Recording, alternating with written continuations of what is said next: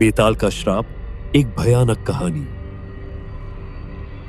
भाग 2, बेताल की कहानी और करण की उलझन। क्या आपने पहला भाग नहीं देखा तो पहले उसे देख लीजिए, क्योंकि वहां से शुरू होती है इस भयानक कहानी की नींव। आज हम जानेंगे बेताल के श्राप का रहस्य और करण की हिम्मत का अंजाम।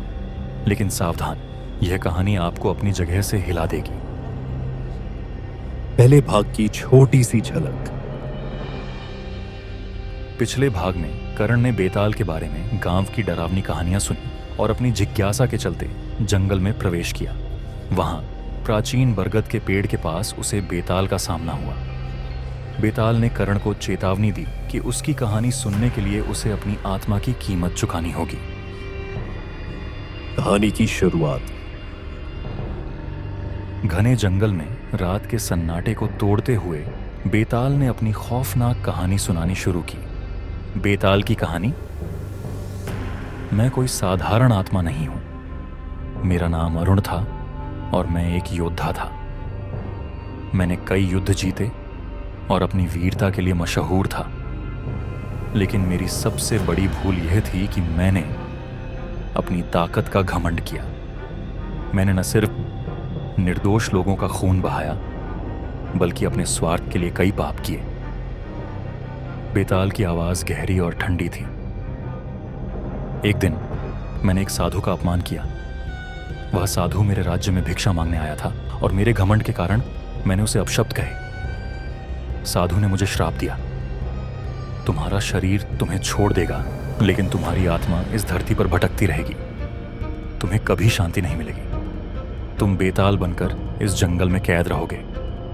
और तभी से मैं इस बरगद के पेड़ का कैदी हूं। कर्ण ने कांपती आवाज में पूछा, अगर तुम्हें श्राप मिला है तो तुम इंसानों को क्यों सताते हो? बेताल ने जोर से हंसते हुए कहा, क्योंकि इंसान अपनी गलतियों से कभी नहीं सीखते। मैं उन लोगों को सजा देता हूं जो मेरी सीमा में आते हैं, और अब तुम भी इसका हिस्सा बन चुके हो। करण ने साहस दिखाते हुए कहा, मैं यहां तुम्हें सुनने आया हूं। अगर तुम्हें मुक्ति चाहिए तो मुझे बताओ कि मैं तुम्हारी मदद कैसे कर सकता हूं। बेताल थोड़ी देर चुप रहा, फिर उसने कहा, मुझे मुक्ति चाहिए, लेकिन वह इतना आसान नहीं है। तुम्हें एक कठिन यात्रा पर जाना होगा और उस साधु को ढूंढना होगा जिसने मुझे श्राप दिया था। केवल वही मुझे इस श्राप से मुक्त कर सकता है। बेताल ने करण को एक रहस्यमयी मानचित्र दिया। यह मानचित्र तुम्हें उस साधु के पास ले जाएगा, लेकिन याद रखना, यह रास्ता खतरों से भरा है।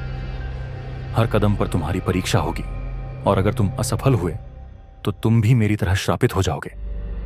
करण ने बिना झिझक मानचित्र को अपने हाथ में लिया। मैं तुम्हारी मदद करूंगा।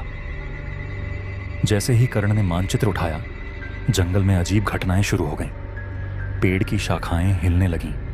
हवा में जोर की सीटी की आवाज गूंजने लगी। अचानक करण को ऐसा महसूस हुआ जैसे हजारों आंखें उसे देख रही हों। बेताल ने उसे चेतावनी दी, याद रखना, रास्ता आसान नहीं होगा। अब तुम मेरी कहानी का हिस्सा बन चुके हो। करण ने डर और हिम्मत के बीच संघर्ष करते हुए जंगल से बाहर जाने का रास्ता तलाशा, लेकिन तभी उसने अपने पीछे कदमों की आहट सुनी। जब उसने पलटकर देखा तो एक छाया उसकी ओर बढ़ रही थी। क्या करण उस साधु को ढूंढ पाएगा, या फिर वह भी इस श्राप का शिकार बन जाएगा? अगले भाग में जानिए करण की खतरनाक यात्रा और बेताल की मुक्ति का सच। अगर आप इस कहानी को आगे देखना चाहते हैं तो चैनल को सब्सक्राइब करना न भूलें।